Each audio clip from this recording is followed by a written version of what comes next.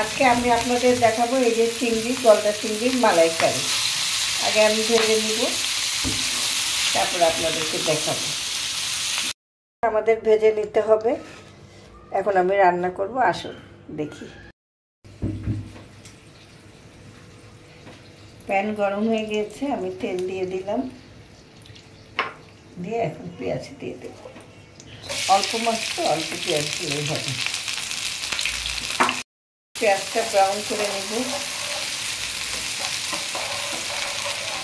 Brown হয়ে আসছে, এখন আমি মশলা দিয়ে দিব। 6টা মাছ তো একটু কমই দিলাম, 3 চামচ। ঝাল মিষ্টি টক হবে, জাস্ট লাইক কোরমা। একটু মরিচ দিব,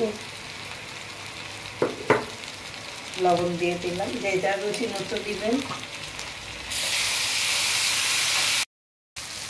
আজকে আমি দিব যে তেঁতুলের, দেখুন তেঁতুলের গোলা, টক বুঝে দিব।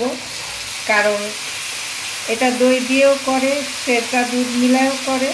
আর কিছু যদি আপনার ঘরে না থাকে, একটু তেঁতুল দিলে কম্বিনেশন ভালোই হয়, সুন্দর হয়, কোনো সমস্যা হয় না, বরং খুব টেস্টি হয়। করে খেয়ে দেখবেন। এর মধ্যে আমি দুধ দিয়ে দিব।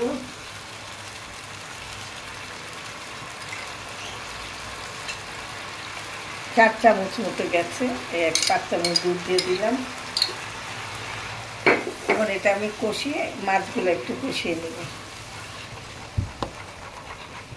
অনেক সময় দই ঘরে থাকে না, অনেক সময় সেরকাও থাকে না। যদি তেঁতুল লেবু থাকে, আমরা সেটা দিয়ে কভার করে নেব। মাছগুলো একটু কষবে। এতে কাঁচামরিচ দিয়ে দিয়েছি, কষানো হয়ে গিয়েছে, অল্প পানি দিলাম। এখন আমি এখানে হালকা একটু চিনি দিব, একটু টক ঝাল মিষ্টি থাকবে, খুব হালকা চিনি দিতে হবে। এখন আমি ঢেকে দিব অল্প জালে, আস্তে আস্তে মাছগুলো সিদ্ধ হয়ে যাবে, যেহেতু পানি খুব কম দিয়েছি এবং সব থাকবে।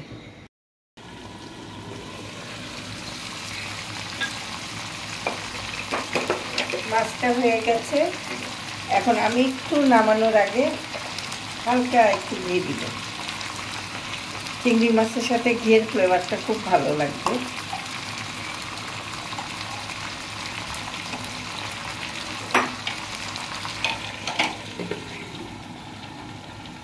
আপনাদের যদি ভালো লেগে থাকে, আপনারা আমার নাহার স্পেশাল রেসিপিতে ফলো, কমেন্ট আর লাইক দিবেন।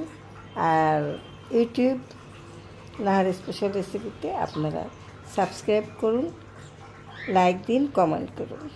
আমি আপনাদের অপেক্ষায় থাকলাম।